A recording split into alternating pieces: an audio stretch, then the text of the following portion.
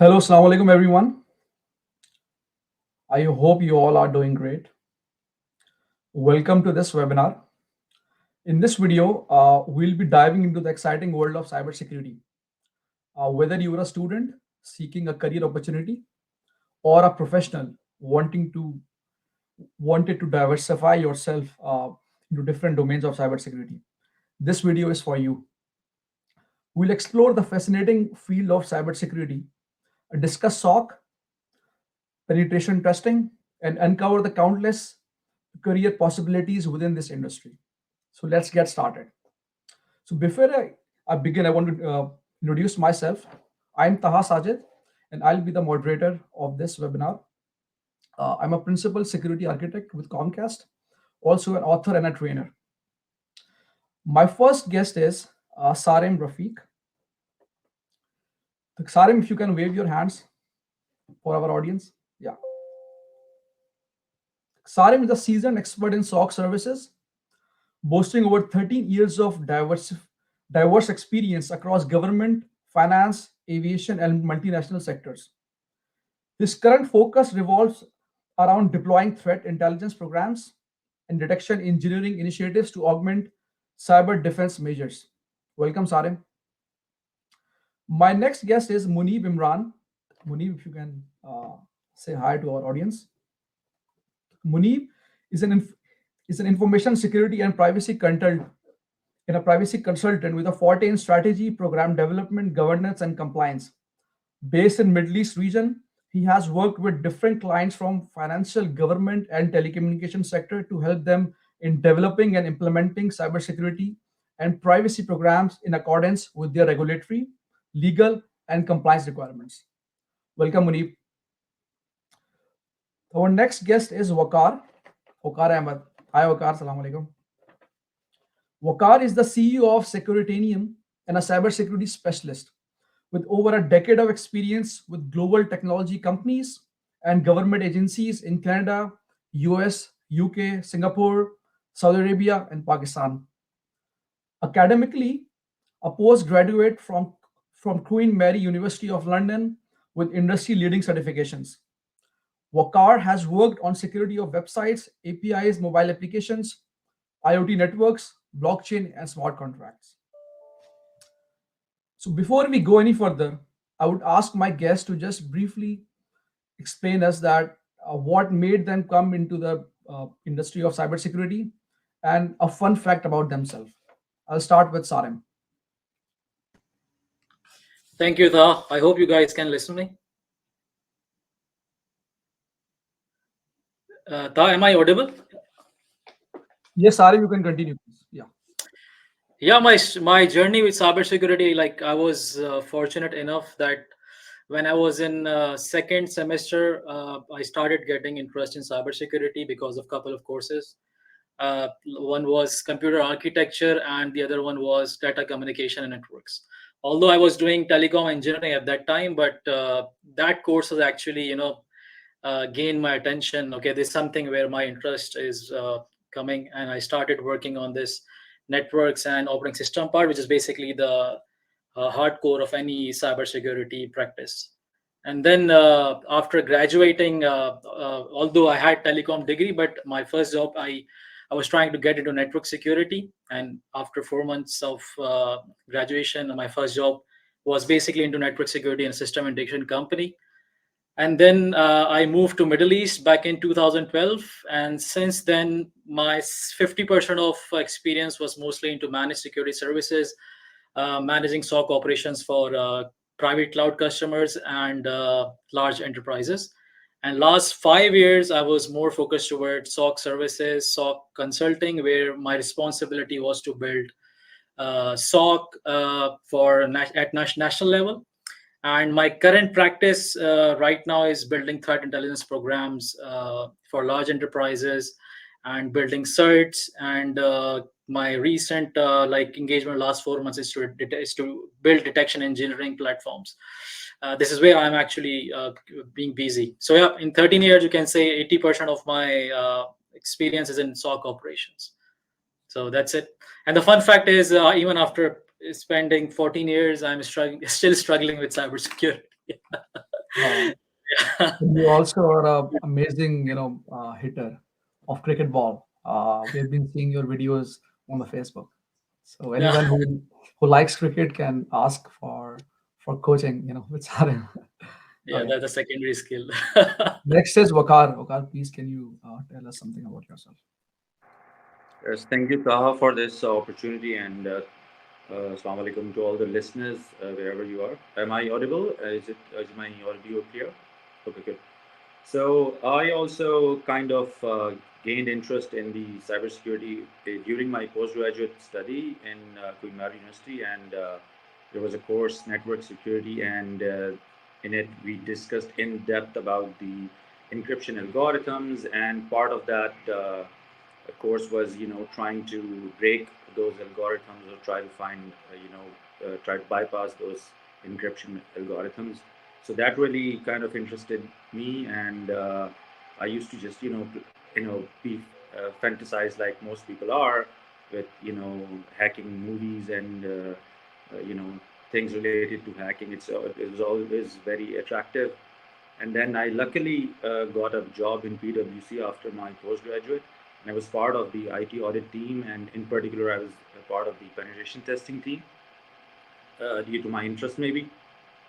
And that was the first instant that I got a real exposure to this field, and I got to know that there's so much to explore, and it was really very interesting to know that I can uh, make a career out of my passion, something that I was always attracted to, and since then, you can say I've been in love with cybersecurity. Even today, I don't mind spending weekends learning new technologies. And after PwC, I got opportunities working with different companies, setting up information security departments, drafting policies, implementing controls, verifying that those controls are working. And then I spent half of my last 12, 13 years doing consultancy.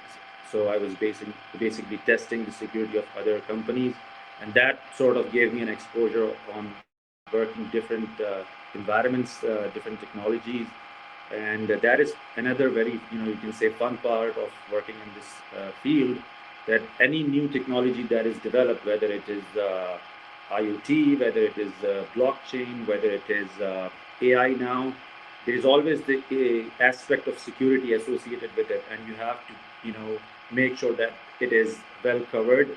Unless, otherwise, it can lead to a potential disaster, and that is sort of thing that is the sort of thing that keeps me pushing myself.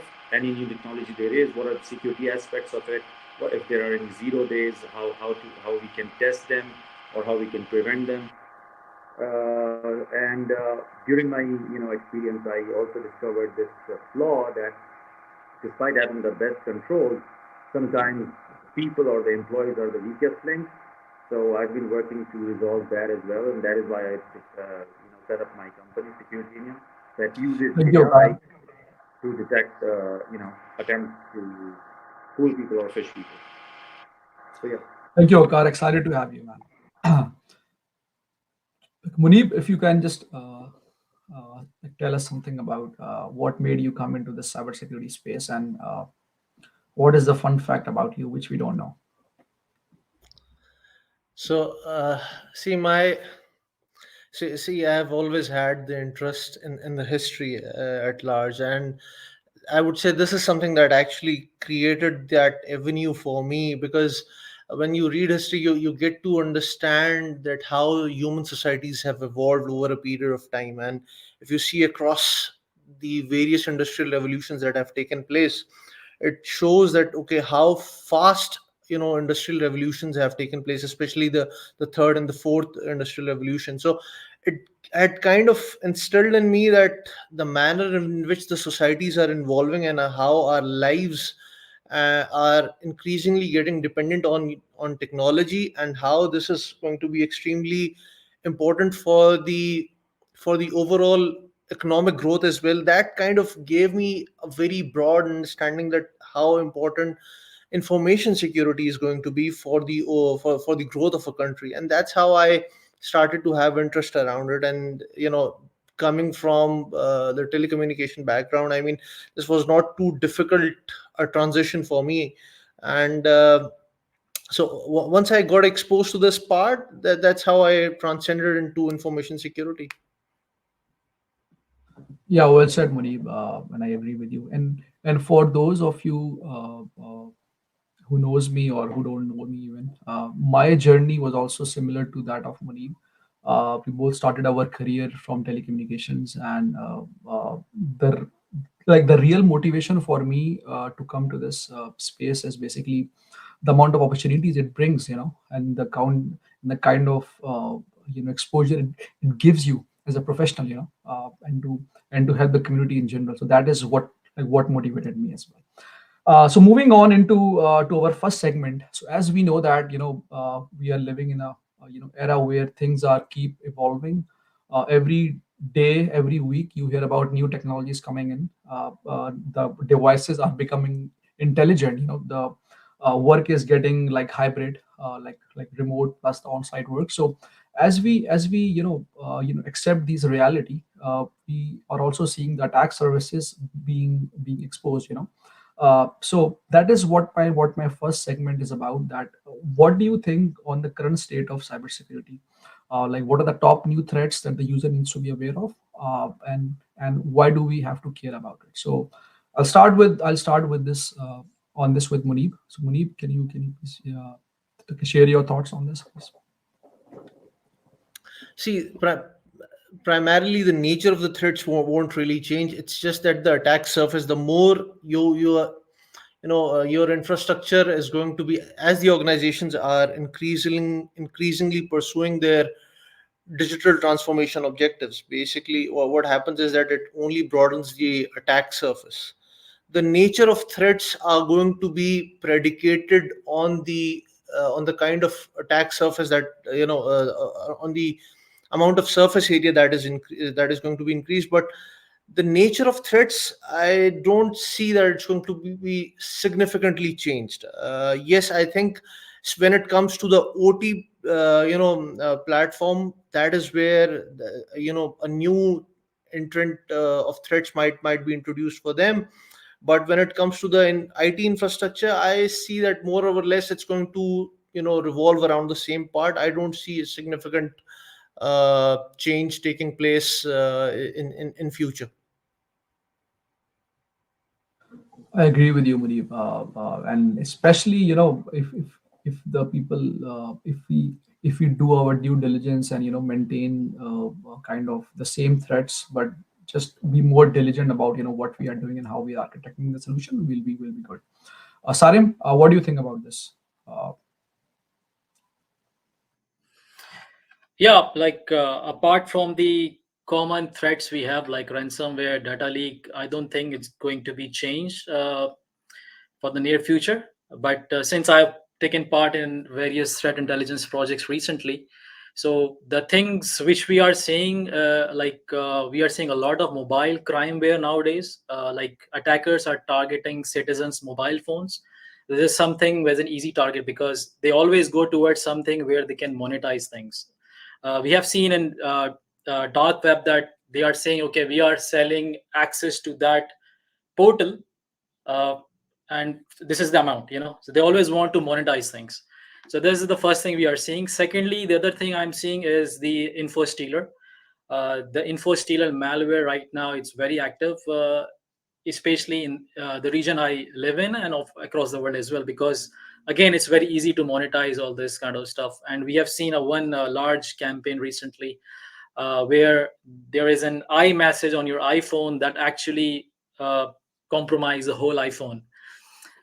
So even the user does not needs to connect something or click something, the phone is compromised. The attacker needs is just the iMessage to be sent out to the user. That's it. So we Oh, are interesting. really seeing very advanced kind of malwares and techniques against mobile users. Okay. And again, the monetization services like ransomware services, access as a service, where you can see the threat actor saying, I'm selling VPN access to this enterprise, this is the cost, okay, yalla, go and get the access to the system. So these are the things which are happening. Yes, but as Munib mentioned, common attacks like ransomware, DDoS, data leak, it continues to exist. Yeah. Okay. And Sarim, as a follow-up question to you, for a user who is just using his like a normal cellular service, what he has to do on his hand so that he'll not be exposed to those threats. What is your view on this? Well, I mean, from last 6 to 7 years, we are seeing for companies their security awareness sessions. At least everybody knows how to use digital media. Okay, but now I think looks like it's a family issue now. We should run a social, I would say, a campaign where every citizen or family member needs to be aware of cybersecurity. So I can give one recent example where there's a new incident type being created in incident response plan. It's called deepfake. And Okay. last month, Hong Kong police they released a report where the the finance guy has transferred $25 million to the other company on a video call, which was done with the CFO, which actually imposing himself as CFO as using deepfake technology. So the CFO was using his face and everything on a just like we are talking to each other, and Okay. he asked the guy, the financial controller, to actually transfer $25 million to other account. So this is something every family member, or I would say every citizen, must know that things which are happening in cyber landscape. This is the only way. I mean, one can actually take precautionary steps. I don't see any other solution Interesting. here Interesting, Sarim. because Interesting. technology is there, and Yeah. it's obviously it's a cat and mouse race. Sometimes it fails, sometimes it works. So yeah. I'll move now to Wakar. Wakar, in the world of this like new world that we are living in, like with generative AI coming in, uh, what do you think? What are the like top threats for the current trends that has been going on? If I just focus on the blockchain and the smart contracts world, what do you think? So basically, I will refer or continue what the example that Sarim just gave. And in my opinion, the use of AI is, I think, the biggest problem, or going to be the biggest problem. And the thing is that earlier, if something was, complex to be bypassed, now you can just ask AI to write a script for you, or write a code that is even complex. So with that in mind, uh, when it comes to even blockchain technology or smart contracts or cryptocurrency exchanges, which are usually, uh, not everyone knows about them. But the problem with the smart contract is that every smart contract is publicly available. So however, the crypto exchanges are processing the information, it is there available on the internet. So anyone can just copy and paste that code and use AI to, let's say, find the vulnerabilities, which, even though he might not be well versed in that technology, for example, let's say smart contracts are written in Rust technology, he might not be well versed in that, but he can use generative AI to find vulnerabilities and probably, even find how to bypass those weaknesses in order to do something malicious. So that is something that is, I think, the biggest threat that companies need to understand. All right, makes sense. Makes sense. So now I'll shift into the world where we where as a new graduate, for example, if I am, let's say, if I'm a professional, if I'm a cybersecurity professional working like 3 5 years in my career, or if I'm a young graduate, uh, I want to hear from you guys that based on your experience and your understanding about all this, what are the career paths that our professionals and a young graduates can take, like what are the different domains which is you can think of, from a low hanging fruit towards something which needs more hands on, more years of experience, if I want to like break it down. And I would start with Sarem on this one. Well, there's no specific answer to this because at the beginner level, it really depends on the person. How, like for example, how quick learner is he? and based on his current knowledge of IT, it depends. I cannot say do this certification and you can get a job, to be very honest. But I always say, for any beginner, all I think it's better to have to hire a mentor. Okay, because mentor can assess your current situation, how much knowledge you have in IT, what is your current skill set. Some people are very quick learner. If you give them something, they just finish in 2 days and come back to you, and some people will take 6 months to just to just to grasp something. So my first advice for any beginner, uh, at least hire a mentor, connect with the right experts, and start getting mentorship. Okay, I have a very perfect use case. I do mentorship in USA for like the graduates from USA universities. So one of the guy did graduation from, I don't know the name, but he did graduation in physics something, and he was actually a carpenter. Okay, and he contacted me. So 1.5 year he worked with me, and I think after 16 months he contacted Salim. I got a job as a threat intelligence analyst in one of the biggest companies in threat intelligence domain. So I was like, a carpenter can actually go into this field. So the thing I realized, this guy was a quick learner, and by the way, he didn't even do a certification. The only thing he was doing, uh, the thing I was advising him to create your own skill metrics, like I would say personal skill metrics. You create your own Excel sheet and just list down what you know, okay, and what you don't know. And how would you feel what you don't know is do the reverse engineering. Just go to the top companies, just see what type of jobs they're posting. Don't rush towards certification, see what they want to get the job done.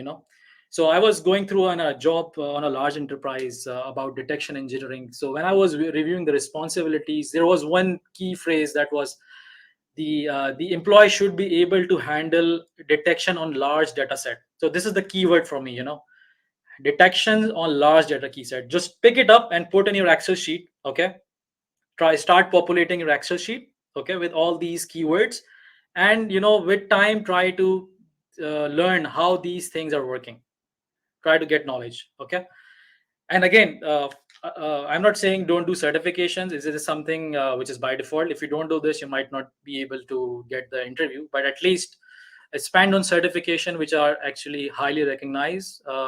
Don't do a lot of things because in the end it's an investment. So invest on proper certifications which is highly recognized, which is highly respected, and you can, by the way, see this just by putting the keyword in LinkedIn, and you will get to know this certification is being posted for 1,000 jobs. So you can do the analysis by yourself. Okay. Yeah, yeah. Well said. Well Again, said. so mentor will actually will really help you to actually move towards the career path. Yeah, well said, Sarim. So Munib, I'll ask you this one that I'll now come to you. Basically, we hear a lot about jobs and like the career path in SOC, SOC analyst, like setting up the SOC design, and then we hear also some like a lot of like career paths in the penetration testing world. You can be a red team, you can be a blue team. So if anybody wants to expand on what they know, what is your view that basically why like what are like what are like the do's and don'ts of a SOC versus a penetration tester versus any other field? So again, this is a very broad subject. I'll try to give a concise answer to this. So the first thing is, so let's say if you have to break down the entire discipline of information security into, let's say, 2 to 3 disciplines, smaller disciplines. One would be the monitoring part, the security monitoring. The second is associated with vulnerability management, penetration testing, red teaming stuff, the offensive part, and then there's something called governance, risk, and compliance, which is more about the policy creation and the frameworks. Uh, so let's begin with the SOC part, and because GRC part is something that I never recommend the new entrants to directly jump in. It's just like that you are focusing on getting at the top of the pyramid without having the foundations beside it. I mean, it will it doesn't last long actually, because if you have an understanding around SOC, around IT infrastructure, around software development lifecycle, and then if you understand at least somewhat the VAPT part, the red teaming thing, that is something that helps you to carry out your tasks, which are going to be needed as part of the GRC professional. But let me come back to the SOC part. Again, if you see at large, cybersecurity is not significantly different from physical security. In fact, most of the concepts that have been derived in cybersecurity, they have been derived from physical security itself. So even if you want to perform the SOC monitoring, again, you need to understand the IT infrastructure first of all. At how you need to understand the concept. You need to have sound understanding of the networking around OSI concepts, the TCP/IP concepts, and then you need to understand that how networks are usually designed, how your own network is designed, and then you need to understand that, okay, how, the threats, how a cybersecurity incident actually materializes over a period of time. If you have this piece of understanding, it will at least give you that initial pathway to enter into the field of security monitoring. Based on that, you can build your capabilities to do the red teaming part, because again, if you do not have this fundamental understanding, for you to be involved into the penetration testing and to be part of the red teaming, again, it's going to take too much of an effort, because again, in order to burst into the networks, you need to first understand the defensive part of it, how the networks are usually designed, so that you can come up with the counter offensive part to it.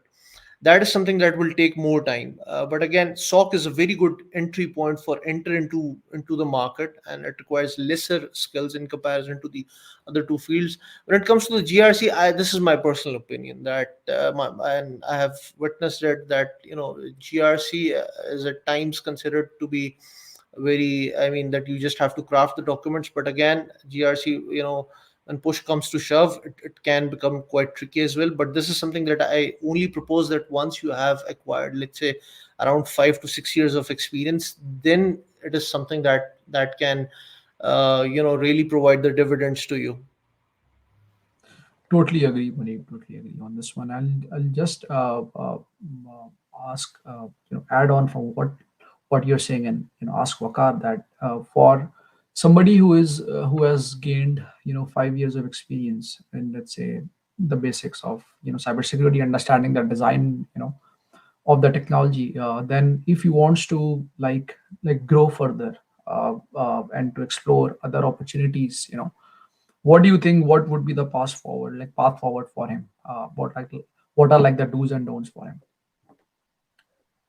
Right. So, assuming that someone has a good understanding of the networking concepts, or let's say the software engineering part, and let's say he wants to switch into the security aspects, then what needs to be done is there are so many platforms where you can learn as well as test yourself. For example, when I get CVs, and someone has 3 or 4 years of experience, and they have mentioned that they have studied certain courses and that they have not attempted certifications, I usually also ask them that, okay, so there are platforms, for example, Try Hack Me, there are platforms such as Hack the Box. So have you attempted those, and what is your performance on those maybe? And if you're good enough, you can start from there, and then if you're good enough, you can probably do bug bounty. That basically, apart from the certification, certifies your skill level and help you understand the ways in which those vulnerabilities are exploited in a real world environment. Because when you are just learning from, let's say, online videos, you might forget half of the things, unless you do some of your hands-on, actually gets your hands dirty.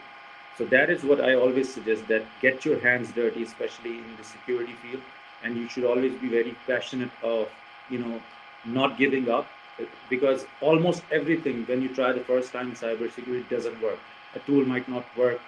Almost no tool works the first time. So you need to know how to troubleshoot. You need to do how to look at the event logs and things like that. So that is something that you should work on.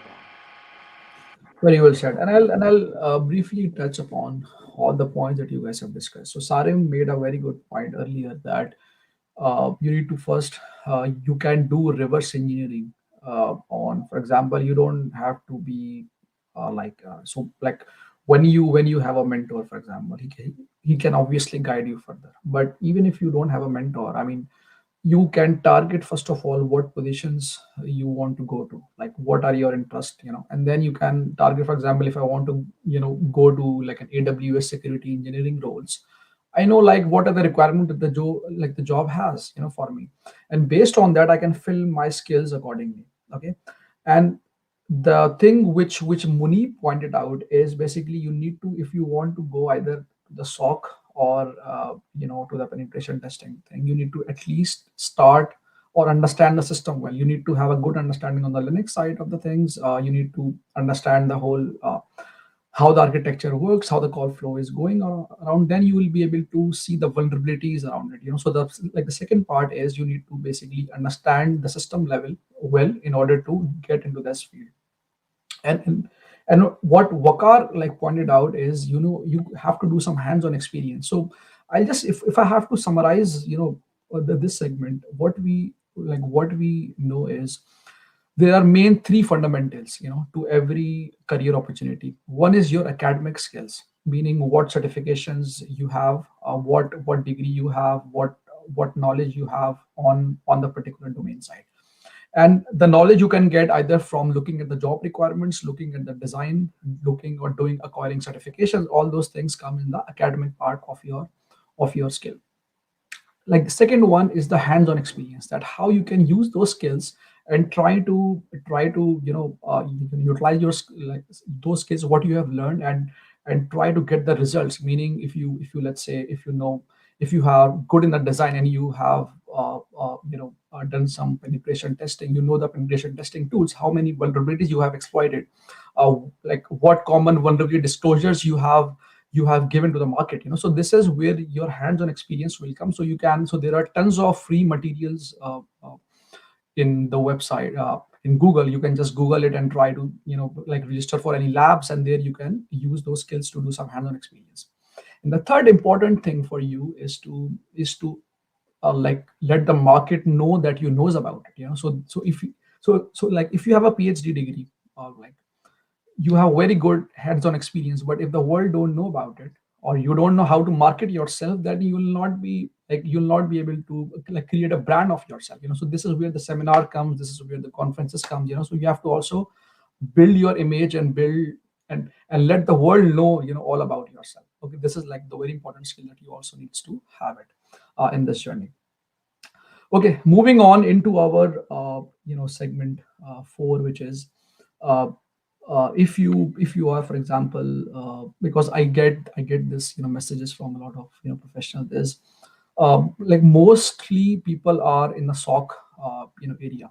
And if somebody is having 4 or 5 years of experience in SOC, and if he wants to like get on, or be diversify, so what are the top certifications he can target? I know like we can look at the Google search, but based on your experience, what are those certifications which are like which creates the best value for the for the professionals, in terms of giving them knowledge on the attack vectors, or different threats, as well as having them some hands-on experience, or giving them some hands-on experience as well. So I'll start with Sarim on this one. Yeah, I mean, for this to get answer, we need to understand SOC first. I would like to take 1 minute on this, because SOC itself, it's a very big department within any organization. So if I want to uh, divide SOC into segments, I will say there are 5 components within a SOC. One is the platform engineering, where the SOC engineer role is to maintain the SOC infrastructure, SIEM, EDR, TIP, lots of tools. One is the analysis team, which is basically SOC analyst, which triage the alerts and investigate the cases. The third is response and forensics. Fourth is assessment, and the fifth is detection engineering and hunting. So if I want to, let's say, advise something who are actually working in SOC from last 3 to 5 years, I would advise them to move towards more narrow down your approach. Okay, so if you see the hot roles within SOC right now is detection engineering and forensics. Okay, the reason being there's a lots of shortage in this kind of skill set. Okay, so try to go towards these kind of fields because of the demand, as well as these skills required a lot of technical knowledge. So when coming to back to your question, what certifications can help? Personally, I would go with top three certifications which can help in SOC. One is SANS. I know it's very expensive, so again, pick the right one and invest, or maybe you will get the money back once you change the job. Second is offensive security, and the third one is Spectre Ops. These are the top 10 security providers, which I believe, from the technical understanding and the syllabus they are covering. But at the same time, because I have been part of the panel where actually we were interviewing employees, so we also see how much they know the industry. For example, are they fond of reading books? Because for me, the best source of information or hands-on knowledge is coming from books. Okay, so either they are following books, they are reading it, and have they improved their SOC? Because since they have been using SOC from last 4 to 5 years, have they done some improvement in the existing SOC operations by using books, or by by listening to a webinar or something? So all these things will also matter apart from the certifications. Again, certification is an investment, so invest wisely. Invest on certifications which is highly recognized. That's my input All right, to all right. the existing guys. Yeah. Interesting, Sareb, and very well said. So Muni, I know like you have done tons of certifications, and and you are the person like I know like who are into books as well. So based on like your view of the market, if somebody wants to enhance the academic skills like the bookish knowledge, so what are the books or the top certifications what you would you recommend, and why would you recommend?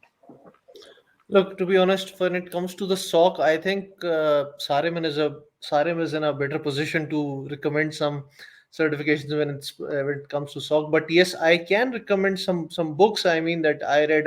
I mean Chris Sanders is one of my favorite writers. I mean because he explains things from a very in a layman language, and his explanation is very easier to absorb actually. But again, the objective, so we have to go back to the objective. What is the objective? So Sarim mentioned something which is very important around detection engineering. I see that uh, when we talk about SOC, even in my professional experience, I've seen that the SOC is established to create the supervision capability. So, and if the entire efficacy of the SOC is reduced to something which I mean we all can relate to as the boy who cried wolf. I mean, if the SOC is only creating a noise, and if it does not really contribute to something meaningful, then the entire objective of SOC is somehow is significantly reduced. So therefore, it's extremely important. I just want to echo what Sarim was saying, that sometimes it's not just about the certification. Certifications are important, but you should go back and see that okay, what exactly you are going to gain out of it in terms of your skill set. The second thing which is very important, as again Sari mentioned, which is that you have to supplement your knowledge with the or skill set with the additional books which are available into the market with regards to intrusion detection and prevention, with regards to malware analysis, with regards to uh, the detection engineering part, so that the better your supervision capability is tuned, the better your SOC would be able to identify the events that can culminate into incidents. So I mean it's as simple as this. Yeah, well said, Muni. When I'll just add on from what you are saying basically. So if you, as a company, if you want to set up the SOC, even or for that matter, any cybersecurity controls or design, you have to spend a lot of money. And one pushback that I have seen is from the executive is that, hey, why do you care about it? As long as we are like the incident is not getting exploited or not getting matured, I would say, you'll not be spending anything on this, on cybersecurity standards. So one add on what I would add here is, whatever you are learning or like the certifications you are doing, trying to think from the practical perspective that, hey, what would make sense in my organizations if I have to pitch somebody to have a modern SOC. So try to come up with some business case. And how do you do this? You have to think about the vulnerability exposure point of view, that how you will be able to exploit those vulnerabilities. So Mitre has some good resources on that. It has they have some good frameworks which you can use to train your teams and build a practical case around it. I would like to ask Wakar now, as we are talking about certifications and opportunities. What do you think in the Middle East, especially, like since you are based in the UAE and Sarem also in UAE, here, and Munib is in Saudi Arabia. So guys, what do we know, like in the current state? What are the opportunities you are seeing in Middle East, and how somebody can get to it? Like, what are the ways that the people can get to it? Yeah.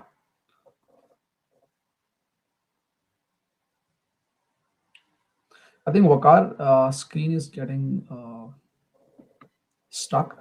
So we can start with Munib. What do you think, Munib? If somebody wants to get a job in cybersecurity inside Saudi Arabia or in UAE, what are your 2 cents? See, Is I it, find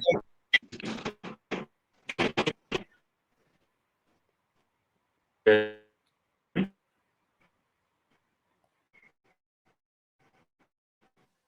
Yes, Wakar, you are audible. Are you able to speak? Can you hear us?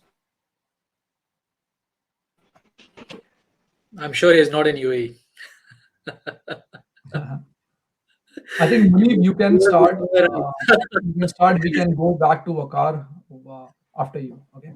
See, I find UAE and Saudi markets, they are very vibrant markets. Uh, you know, we have seen that how these markets have matured in recent years, and the thing is that there's an as these markets are early adopters of technology, it also increases their desire to upgrade themselves when it comes to cybersecurity. But the thing is that again, the skill set that is needed within the market, SOC is something that will always remain there. But again, this is not. I don't see this to be, the monitoring aspect is not really a big challenge. I mean, you can find the resources and you can train them as well. But things like forensics, the capability to unpack a malware, the capability to perform a forensics and translate it into a compelling evidence, that is something which is extremely valuable within this market. Then being able to engineer a SOC itself, again, this is a huge opportunity available into the market. Then same goes for the GRC. Again, I see that GRC unfortunately has been reduced to something where you just try to stuff the documents, but it's not really the case. If you can blend your cybersecurity governance with the corporate governance, then you can have huge value over here. And same goes for the privacy part as well. So this is how I see the market. But again, only the certifications won't really count over here. What is really important is that if you can see the bigger picture, and if you can blend your skills in terms of how it adds value to the organization, I think this is what would matter a lot. I agree with you, Munib, on this one, and I'll go to Sarem here. Sarem, I have like 5 CVs which I want to give you.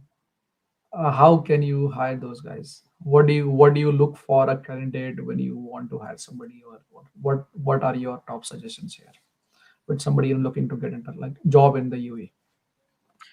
Well, on a job landscape, both UAE and Saudi have done a lot of top-down framework to implement cybersecurity. Even now, the sheikhs are directly involved in monitoring cybersecurity threats on government departments. I'm not joking. So imagine how serious they are taking these cyber threats. That is one of the reason you are seeing a lot of growth in cybersecurity opportunities. But the point is, how could you make a differentiator when you are coming to Middle East as a cybersecurity expert? If you're coming as SOC analyst, you might not able to get good salaries because it's something a very saturated market. But if I want to uh, list down the top five roles in Middle East right now from the SOC perspective, one is the detection engineering role. The reason being, SOC analyst job is being handled through AI. Like they are receiving a lot of logs and alerts. AI is actually doing the triage and investigation nowadays. Okay, so in near future, SOC analyst job will I see there will be some reduction in the demand. But on a longer run, detection engineering, threat intelligence, forensics, cloud assessments, and adversary emulation. So basically, the people write on pen testing and vulnerability assessment. I hardly suggest to go towards adversary emulation, red teaming, getting the TI input and executing the same the threats in your environment or the customer. So these are the five topics from me, because right now there's a huge shortage in the market, because as I am telling you, government is highly concerned about monitoring and response of these threats, and every department is having KPIs and how quickly they're responding to attacks and how well they are covered from the MITRE perspective. So which is actually telling you that these roles will be coming in near future. Okay, and I these are the five things I think everybody should focus on. Very good. So So yeah, it's a matter of adapting to these to the requirements, and educate yourself, exactly. and to So do some if hands-on. somebody's a pen tester, I would say do a cloud pen testing projects, couple of as a freelancer, or get a certification. You are now putting yourself in this race. Now this guy has cloud pen testing experience. So for me, I would rather hire him rather than going with someone else who has doing normal pen testing and VA.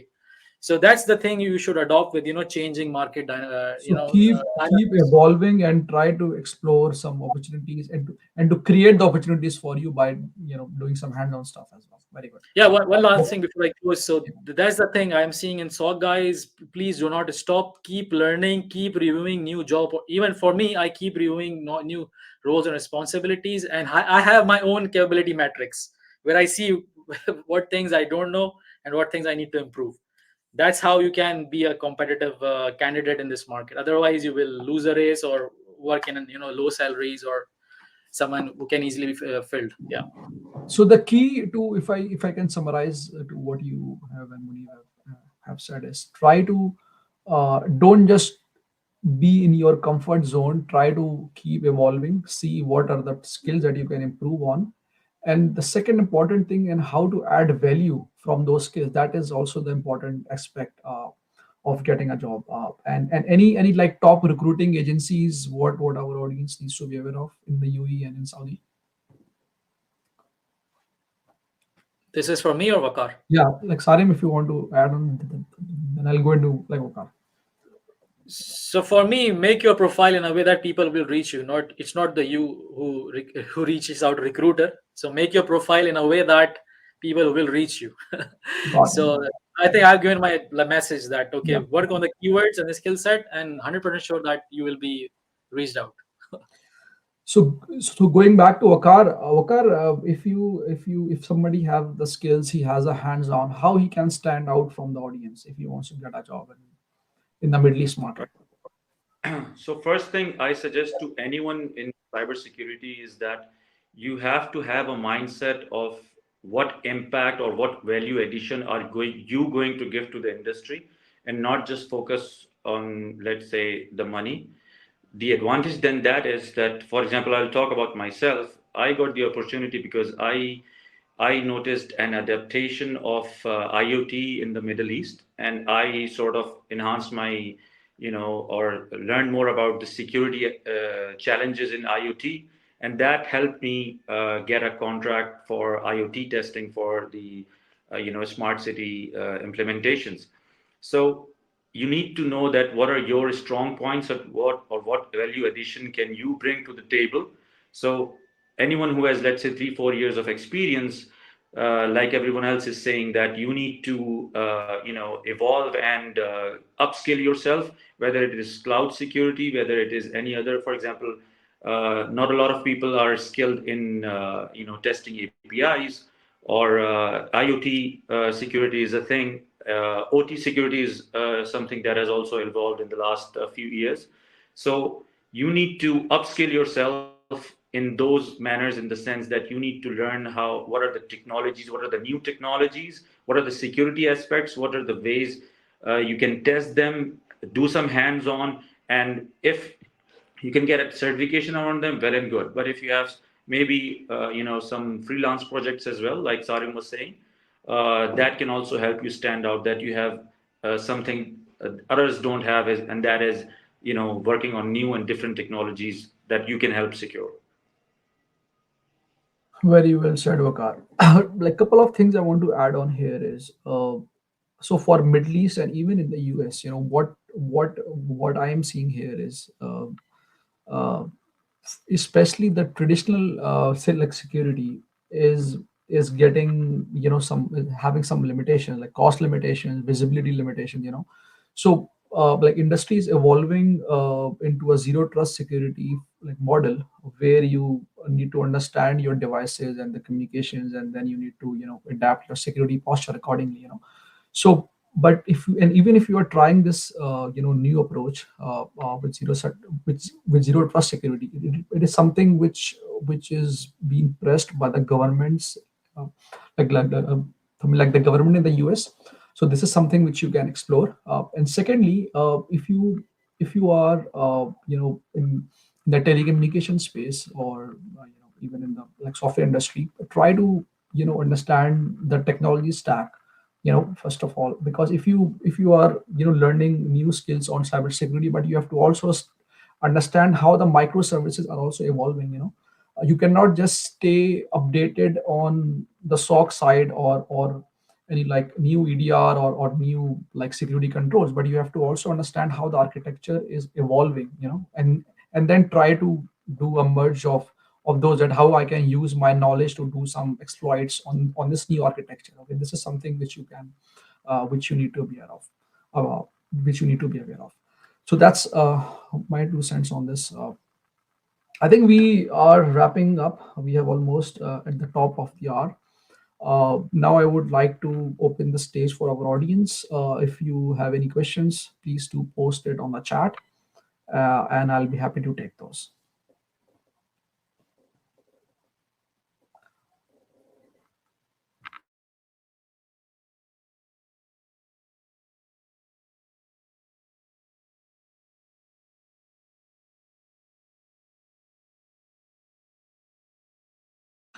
Yeah, one question I saw earlier is basically, what do you think on the s- on the certification side when somebody is doing into the auditing field, like ISO standards, or then there is some enterprise security like certifications like SAPSA and those things. So what's your take on this, like how the standards certifications are evolving, and like the career opportunities around it? So I'll start with Sanem on this one.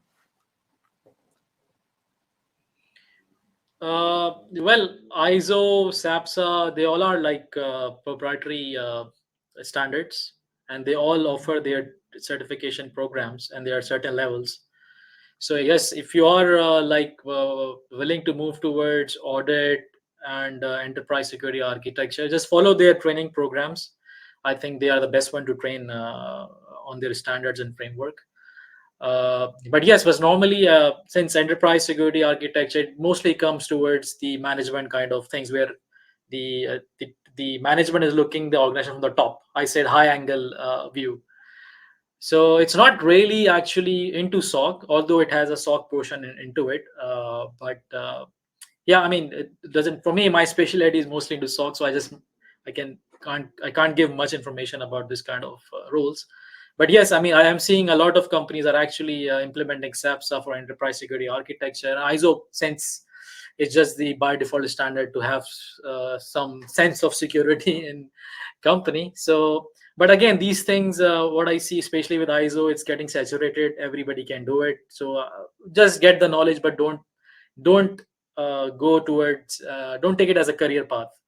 uh, that's my things on this. Yeah. Very good, very good. Waqar, this is for you. We are hearing a lot on new protocols coming up, new cryptocurrencies coming up in blockchain, and the smart contracts are also evolving. And then there are new tools like the free, like open source tools which are available for the smart contract. So, what is the like your view, like the recommended way if you are having your blockchain project going on, when do you can introduce the security into the project, and what are the like best ways for you to reduce the attack surface, or like what is your like the 2 cents on blockchain security?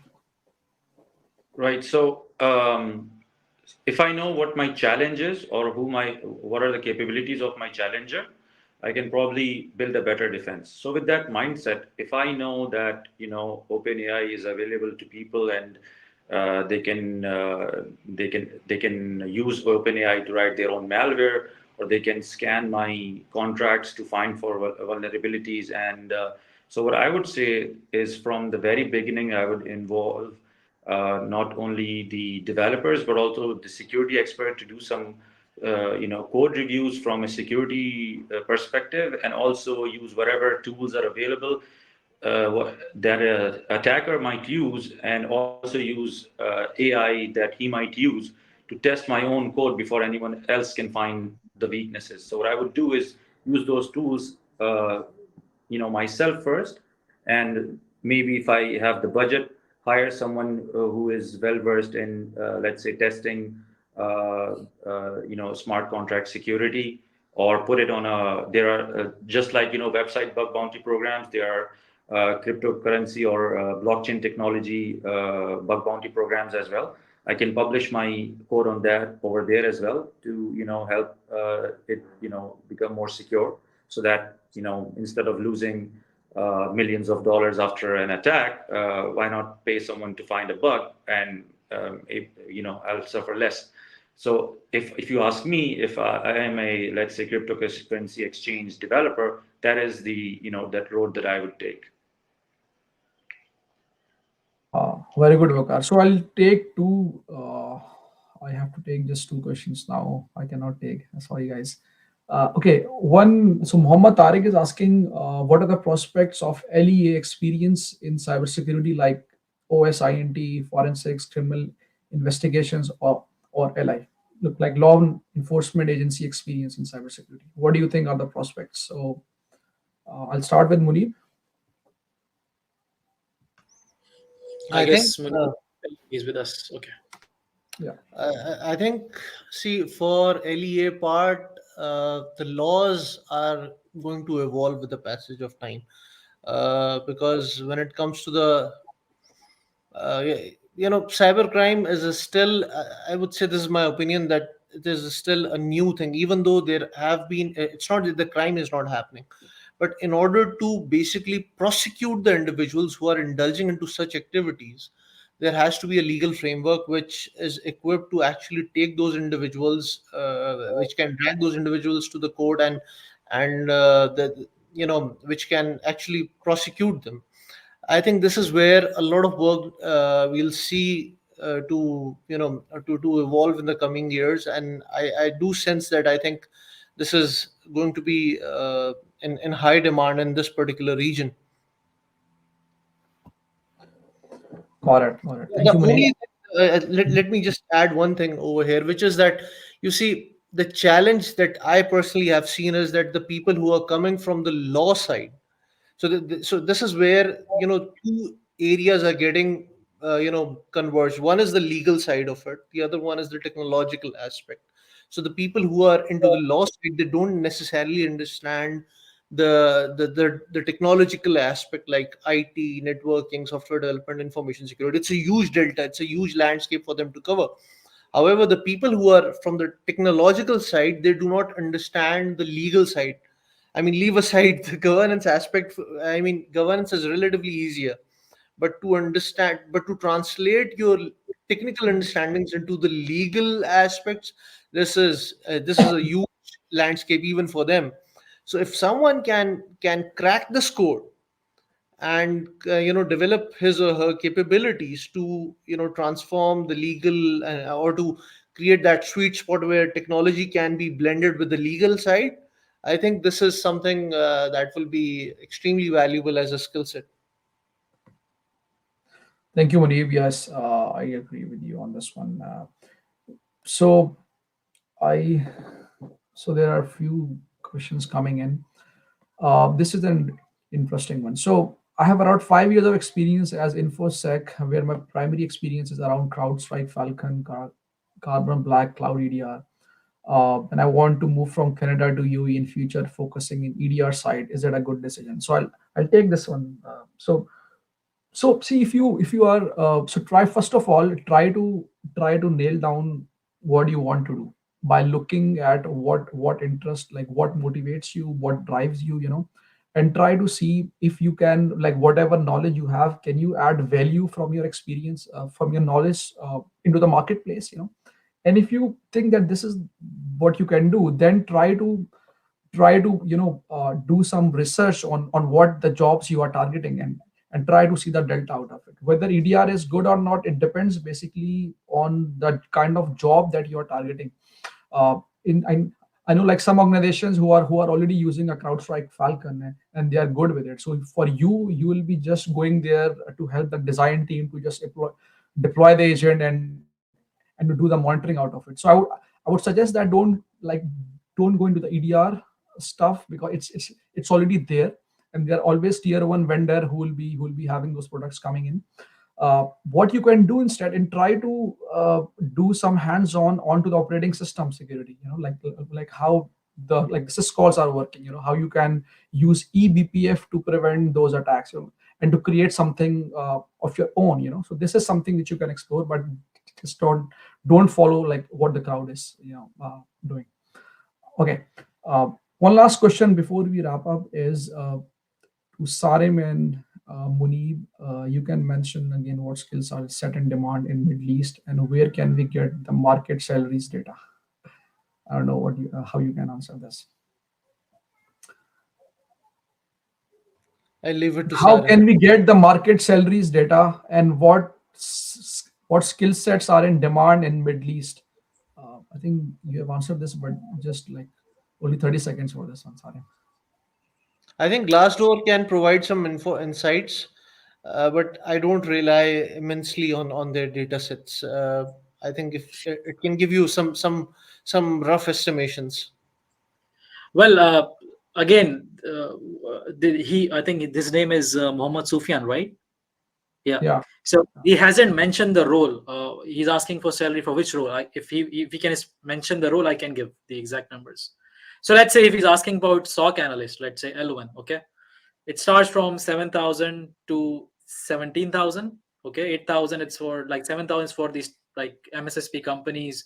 You are just doing a robotic job, triaging or something.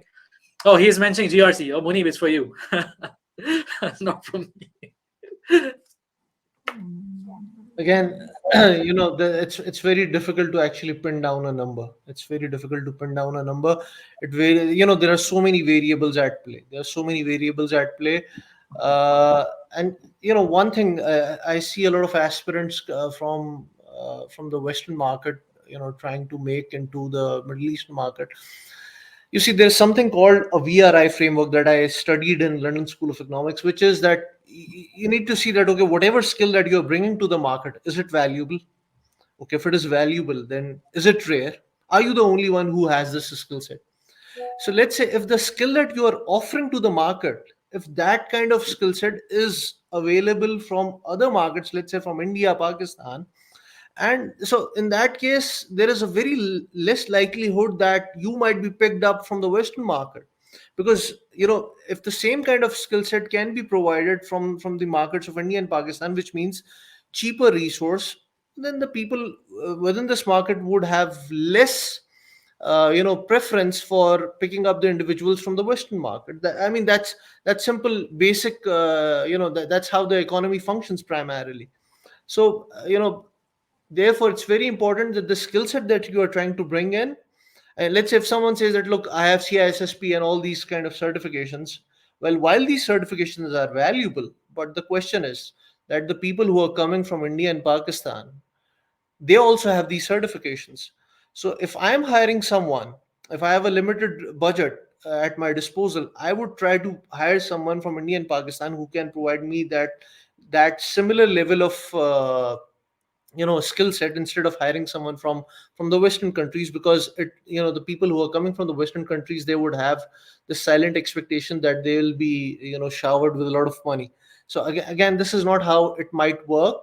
But again, if you're coming from the Western market, then you should have the skill set which is very niche, which is not easily available into the market. Again, this is how it goes actually. Yeah, thank you, Munib. Okay, I'll not be taking any more question. I'm sorry, guys. So you can please connect with us after this webinar. I'll be posting the link on my YouTube channel, and also, we'll share the links with you, with all of our experts as well. So one last question, which I'm getting very often, like these days. So people here in the US or in the UAE who are in the telecommunication space now, the use cases, they are 10 years into this industry, like were working as a core engineer or as a RAN engineer. Now they are working, now they want to get into the cybersecurity space. So I would say every domain like RAN, radio access network, or the core network their uh, has their governance, like the standards body, which is 3GPP. Okay, 3GPP is control the standards for telecommunication. Yeah. So try to get into 3GPP security side of the things. First of all, which is the low hanging fruit, because you already are well versed on the call flows of 3GPP, how the flow works. Okay, so you will be able to get into the 3GPP security easily. Okay, then from there, try to understand or get into the enterprise security of the things, that how you can, let's say, use the firewalls to prevent the filter application level attacks, where you can introduce TLS, how you can architect identity and access management solution. So try to think the enterprise security and bring the enterprise security side into your telecommunication expertise, and then try to or build a business case that, hey, if I need to use a 3GPP security control versus an EDR, which would suits my architecture, and why would I be getting the funding this for? So try to build your business case around what security posture you are getting, and try to adds on some use those skills, and try to make a case for your business, that if for example, if I'm missing on any of the 3GP security controls, and I'm filling that out with my enterprise security controls, how the overall security posture will look like for me. So this is something which you can do. If you are the radio side engineer, Open RAN is a very good body where you can explore the ORAN standards, and ORAN standards, and ORAN Alliance is also having their own ORAN security alliance group as well. So try to like get into it, and start seeing how you can add value by getting those skills and into your RAN design. Okay, so this is something which you can do. But as to summarize to what we have discussed in this webinar, basically, one is that the cybersecurity field is an evolving field. To get to the right path or to land the opportunities, you have to work both academically by enhancing your like the theoretical part of your knowledge, then adding on the hands-on experience from the skills that you are learning, and with this hands-on experience, you will be adding the value to the marketplace. This is very important. Okay, and third is you should be able to you know uh, understand that okay, marketing yourself is an equally important thing, because people have to understand your importance, have to understand your value. Okay, how you can get this, or how you can do this, you can join different working groups, you can write articles on LinkedIn, you can write articles on Medium. Try to use your knowledge and the hands-on experience you have learned and try to contribute to the industry. This is how you will gain your how you'll add your value, and it's not something. So I like this phrase when so it says by it's by Jim Rohn that it says like success is not something you pursue, it is something you attract. So try to become an attractive person by getting the skills that you want to learn, and try to do some hands-on experience on this. So that's it from my side and from the team here. I would like to thank our guest, Sarim, Wakar, and Munib. And I hope that you have enjoyed the webinar. If you have any more further comments, you can reach out to me, and to reach or you can reach our panelists as well.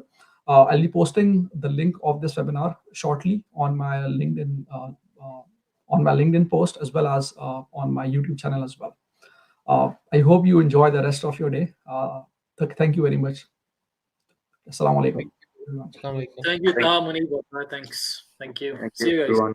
Bye bye.